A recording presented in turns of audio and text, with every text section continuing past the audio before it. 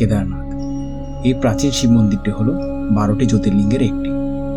শিব ভক্তদের জন্য এই মহিমান্বিত হিমালয় পর্বত দ্বারা বেষ্টিত কেদারনাথ দর্শন একটি রূপান্তরমূলক অভিজ্ঞতা, যা তাদের বিশ্বাস এবং আধ্যাত্মিকতার কাছাকাছি নিয়ে আসে। এটা বিশ্বাস করা হয় যে ভগবান শিব কেদারনাথ মন্দিরে একটি প্রাকৃতিক শিলালিঙ্গের আকারে বসবাস করেন। এই ভিডিওতে আমরা আপনাদের নিয়ে যাব সেই কেদারনাথ ধামের যাত্রায়। বং ট্রাভেল স্টোরিজের 2 ধাম যাত্রার 3য় পর্বে আপনাদের স্বাগত জানাচ্ছি। চলুন ঘুরে আসি কেদারনাথ ধাম।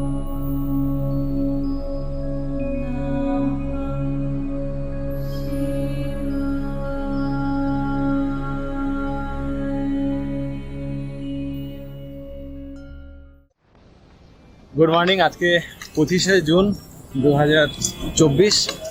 আমরা সোনপ্রয়াগ থেকে রওনা দিয়েছি কেদারনাথের উদ্দেশ্যে। তো প্রথমে আমরা এখান থেকে গৌরীকুণ্ডের ট্যাক্সি স্ট্যান্ডে যাচ্ছি। সেখান থেকে প্রায় এখান থেকে এখন অনেকটা দূরেই নামিয়ে দিয়েছে আমাদেরকে। 3 থেকে 3.5 কিলোমিটার এখন হাঁটতে হবে খালি ট্যাক্সি স্ট্যান্ড পর্যন্ত যাওয়ার জন্য। তো এখন সেরকম টেম্পারেচার কিছু নেই। এই জুন মাসে টেম্পারেচার একেবারেই নর্মাল। সকাল সকাল এই জাস্ট নর্মাল একটা পাতলা জামা পরে উঠার চেষ্টা করছি।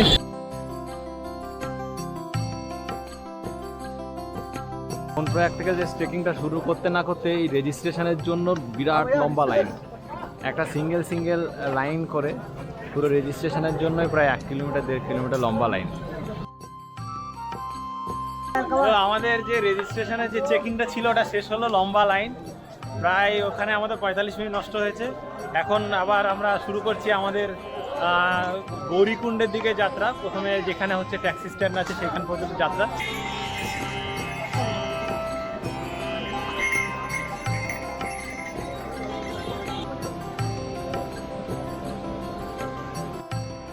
এখন মন্দাকিনী নদীকে ডান দিকে রেখে আমরা আছি যেটা গৌরীকুণ্ড যাওয়ার যে ট্যাক্সি, সেই ট্যাক্সির লাইনে।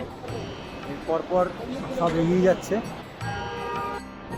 তো এইখানে এসে দেখলাম একটা খুব লাইন দিয়ে এলাম। এবার দেখতে পাচ্ছি এখানে গাড়িকে মুরগি ধরার মতো গাড়ি ধরছে। একটা গাড়ি আসবে, সেটার ওপর সবাই ঝাঁপিয়ে পড়বে আর কি।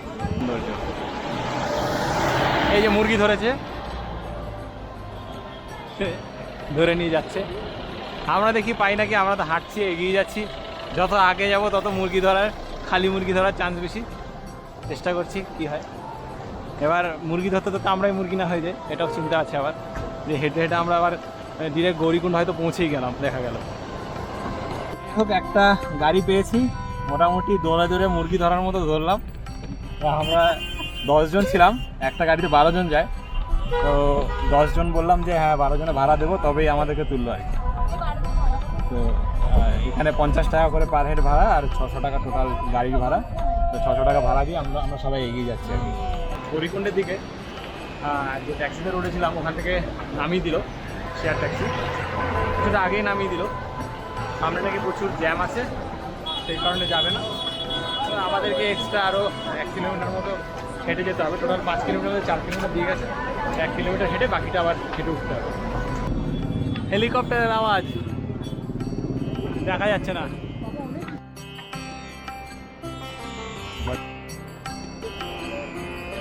ফাইনালি পৌঁছালাম গৌরীকুণ্ড। এখন একটা জায়গায় ব্রেকফাস্ট করতে বসলাম, প্লেন ম্যাগি খাবো। খেয়ে তারপরে সকাল থেকে কিছু খাইনি, সে ভোর 4টের সময় বেরিয়েছি। এখন কথা বলবো এই আমরা গৌরীকুণ্ড এসে পৌঁছালাম 6টা 44, 2 ঘন্টা 44 মিনিট। এখন খাবো, খেয়ে স্টার্ট। গৌরীকুণ্ডে মাতা গৌরীর একটি মন্দির আছে। হিন্দু পুরাণ মতে এই গৌরীকুণ্ডেই মাতা গৌরী ভগবান শিবের সাথে বিবাহের আগে স্নান করেন। গৌরীকুণ্ড থেকে ঘোড়া, পিট্টু অথবা পালকি পাওয়া যায় কেদারনাথের উদ্দেশ্যে যাওয়ার জন্য।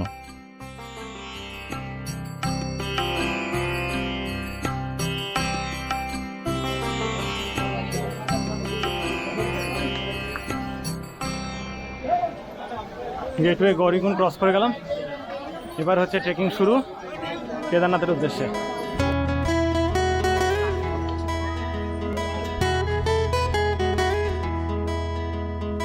হাঁটতে হাঁটতে অনেকটাই চলে এসেছি।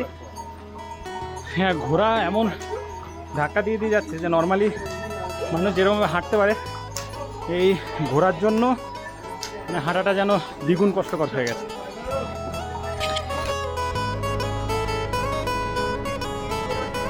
তো জঙ্গল চট্টি চলে এলাম, মানে এখানে টয়লেট আছে। কেদারনাথের এই যাত্রাপথে তীর্থযাত্রীদের জন্য প্রচুর টয়লেট এবং মেডিকেল ক্যাম্পের ব্যবস্থাও আছে।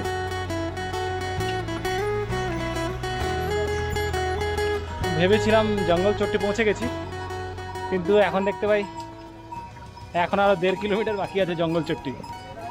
বাপরে, বোঝা যায় না, এখানে হাঁটছি তো মনে হচ্ছে না অনেক হেঁটে ফেলছি, কিন্তু যখন অ্যাকচুয়াল দেখি তখন বুঝতে পারি যে না, বেশি দূর হাঁটিনি এখন।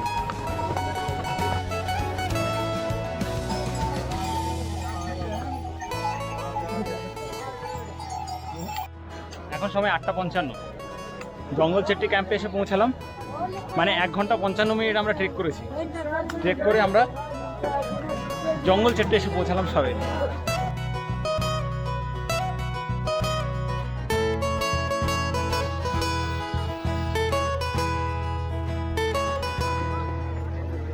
প্রায় 3 ঘন্টা 2 ঘন্টা 47 মিনিট 3 ঘন্টার মতো হাঁটছি।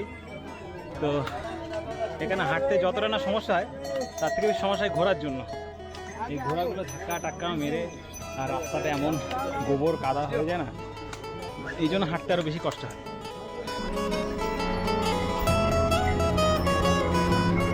3 ঘন্টা হাঁটার পর পৌঁছালাম ভীমবালি ক্যাম্প।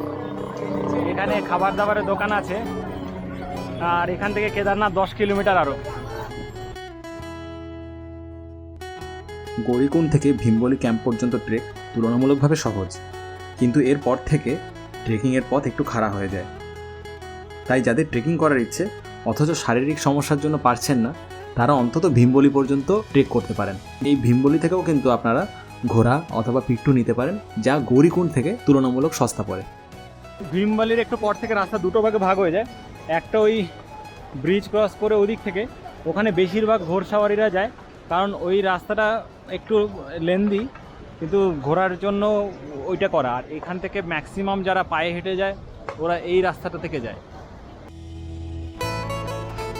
তো ওআরএস বার করলাম, আসলে প্রচণ্ড রোদ, হাঁটছি।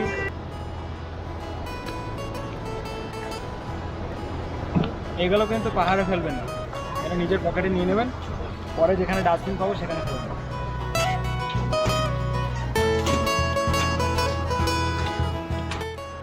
আমরা নিচে নামছি মন্দাকিনী নদীর দিকে, এখান থেকে গিয়ে আবার সেই ওপর উঠতে হবে, ওটাই চিন্তা। না হলে নিচে নামাটা অসুবিধা নেই, তবে মন্দাকিনীর সাউন্ডটা কিন্তু বেশ লাগছে।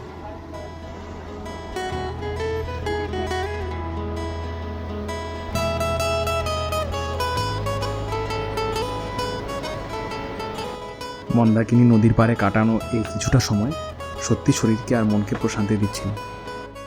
সামনের রাস্তাটি অনেক খাড়া, হয়তো তার জন্য শক্তি আর সাহস দিচ্ছে এই মন্দাকিনী নদী।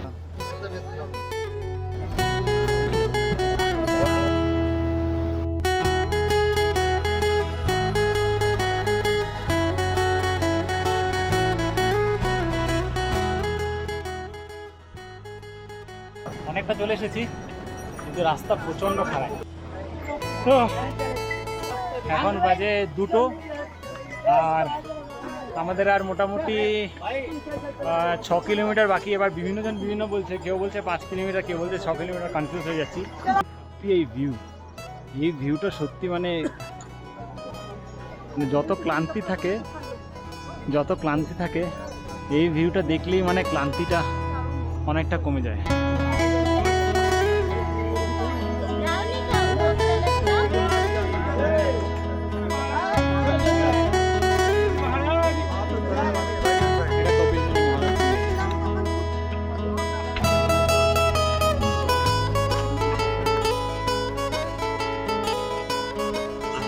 চিন্তা করিনি যে এতটা খাড়া হবে। আমরা এখন কেদারনাথ থেকে আরও 6 কিলোমিটার পিছনে আছি। তখন 8 কিলোমিটার ছিলাম, 4 ঘন্টা জার্নি করে। এখন প্রায় 6.5 ঘন্টা করে, মাত্র এখনও 6 কিলোমিটার বাকি আছে। আর রাস্তাগুলো এতটাই চড়াই আমাদের সত্যিকারের মানে খুব মানে কষ্ট হচ্ছে। তাও এই তো বলো তুমি যে একটা এত বড় ব্যাগ নিয়েছো। এই তো তাও অনেক কষ্ট করেছে, অনেক কষ্ট না করে আমার তো ব্যাগটা ছোট, এর ব্যাগটা এত বড়। এই এই বেশি কষ্ট কষ্ট করে এতদূর এসেছে, এটাই বড় কথা। এখন 20 টাকা স্টিং 50 টাকা দিয়ে কিনে খাচ্ছি যদি একটু এনার্জি পাই। মানে এতটাই কষ্ট হচ্ছে, ব্লগ করতে ভুলে যাচ্ছি, মানে যে ভিডিও করব এই ঘোড়া ধাক্কা মারছে আর এমনিতে নিজেদের উঠতে কষ্ট হচ্ছে, যে ভিডিওটা যে করতে হবে সেটাই আমার মাথায় থাকছে। তো এখান থেকে কেদারনাথ মন্দির দেখা গিয়েছে হালকা করে, এখন আবার ক্লাউডের জন্য ঢেকে গিয়েছে। সামনে যে ওই বরফ আচ্ছাদিত যে ইয়েটা আছে, পাহাড়টা পর্বতটা আছে, তার সামনে ছোট্ট করে হালকা করে দেখা গিয়েছিল। এই মুহূর্তে সেটা দেখা যাচ্ছে না, তবে দেখতে পেয়ে মনের ক্লান্তি অনেকটাই চুপ কমে গেল।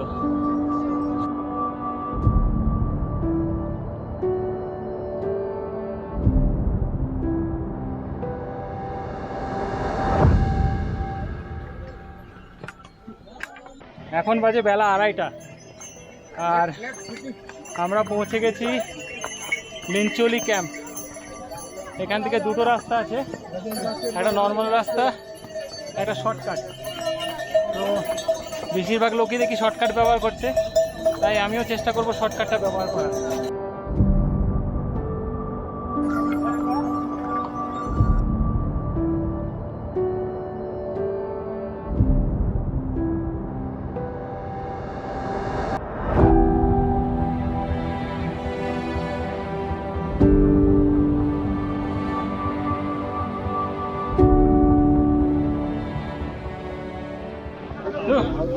আমি সত্যি বিশ্বাস করতে পারছি না, মানে চলে এসেছি আর মানে হঠাৎ করে গায়ের লোম খাড়া হয়ে গেল একটা জিনিস দেখে, সেটা হচ্ছে মন্দিরের চূড়া। এখান থেকে দেখা এই জায়গায় আমরা এসেছি, এখান থেকে এখন চূড়াটা জাস্ট দেখা যাচ্ছে।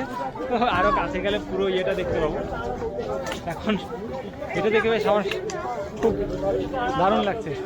এই যে এলি আছে, তিনি হচ্ছেন কাকিমা, অনেক কষ্ট করে উনি উঠছেন আর কি।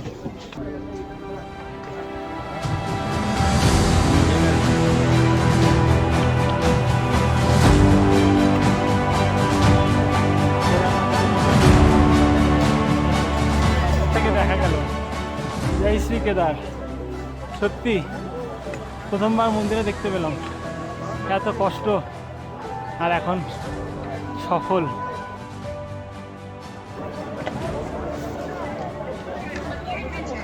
मंदिर के पीछे रह रहे हैं। আজকে কেদারনাথ যে মন্দির আছে, মন্দিরের সামনে গিয়েছি, সামনে গিয়ে মন্দিরটা দর্শন করে ভেতরে আর কাছে যেতে পারিনি। ওখান থেকে আমাদের হোটেল ছিল আগরওয়াল হোটেল, তো সেইখানে আসলাম, আমার ব্যাগপত্র সব কিছু রাখার পরে হঠাৎ করে এতটাই শরীর খারাপ লাগছিল, যে এতটাই টায়ার্ড লাগছিল যে আর বেরোতে পারছি না। তো সেই কারণে আজকের মতো আমরা কেদারনাথ মন্দির যেতে পারিনি। কালকে সকালে চেষ্টা করব গিয়ে পুজোটা দেওয়ার, পুজো দিয়ে আবার কালকে সকালবেলা আমরা গৌরীকুণ্ডের দিকে রওনা হব। সময় সকাল 4টে, তাতেই এত লম্বা লাইন পড়ে গেছে। কেদারনাথ মন্দিরে পুজো দেওয়ার জন্য ভোর থেকেই লাইন দিতে হয়। যত তাড়াতাড়ি লাইন দিতে পারবেন তত ভালোভাবে পুজো দেওয়া যায়।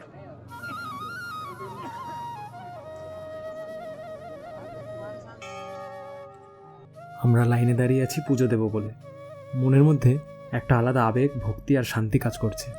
মানে ভাবতে পারিনি কালকে এতটা হেঁটে আসার পরে আজকে এত ভোরে ভোরে এসে পুজো দিতে পারবো। সত্যি মহাদেবের আশীর্বাদ ছাড়া এই যাত্রা সফল হতো না।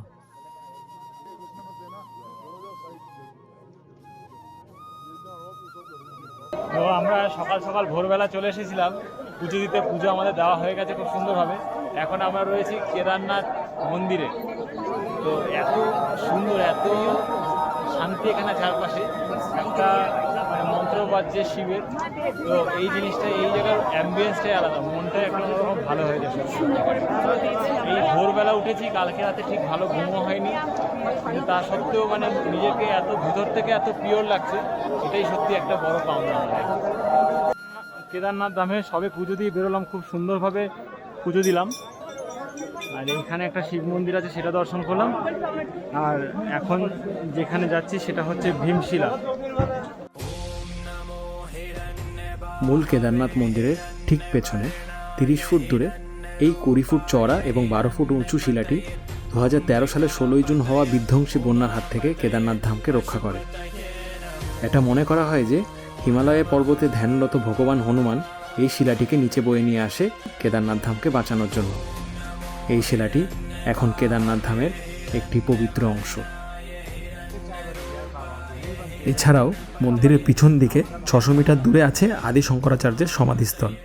2013 সালের সেই বন্যায় এই সমাধিস্থলটি ভেসে গিয়েছিল।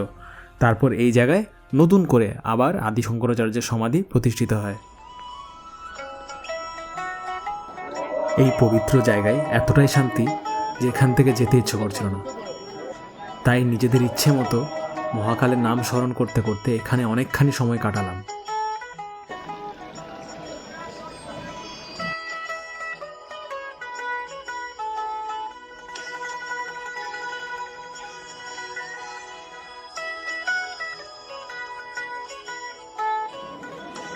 এরপর আমাদের রওনা দিতে হবে গৌরীকুণ্ডের উদ্দেশ্যে।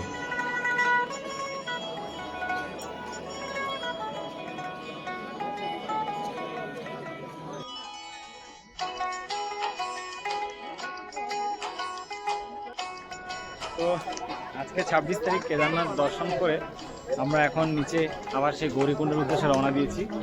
গৌরীকুণ্ডে যাব, ওখান থেকে সোমপ্রয়াগ যাব। আজকে রাত্রিবেলা আমাদের স্টে হবে শিরসির যে হোটেলটাতে ছিলাম ওই হোটেলটাতে। কালকে আমাদের তুঙ্গনাথ ট্রেক হবে। তো আজকে হাঁটা শুরু করেছি ভগবানের আশীর্বাদ নিয়ে। কালকে এতটা হেঁটেছি, গা হাত একটু ব্যথা আছে বটে, তাও চেষ্টা করেছি যদি হেঁটে নামতে পারি। হ্যাঁ, ইচ্ছা আছে যে ভগবানের নাম করে হেঁটে নেমে যাব, যেহেতু ওঠা একটা আলাদা ব্যাপার আর নামা একটা আলাদা ব্যাপার। নামাটা আশা করি তুলনামূলক ইজি হবে। রওনা হওয়ার পরপরই সামনে দেখতে পেলাম ভৈরবনাথের মন্দির। কেদারনাথ মন্দিরের পাশ থেকেই এই মন্দিরে যাওয়ার রাস্তা আছে। 1 কিলোমিটার ওপরের দিকে হেঁটে ভৈরবনাথ মন্দিরে যেতে হয়।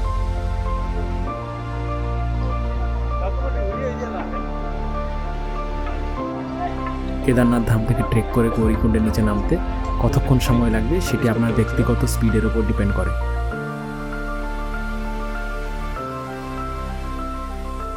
হর হর মহাদেব।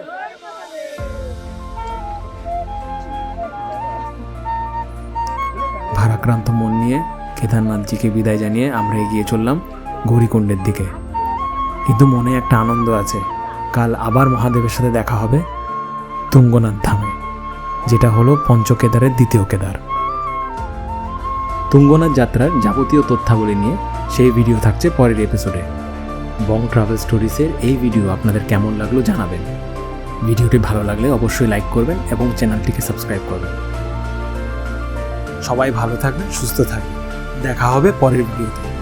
হর হর মহাদেব।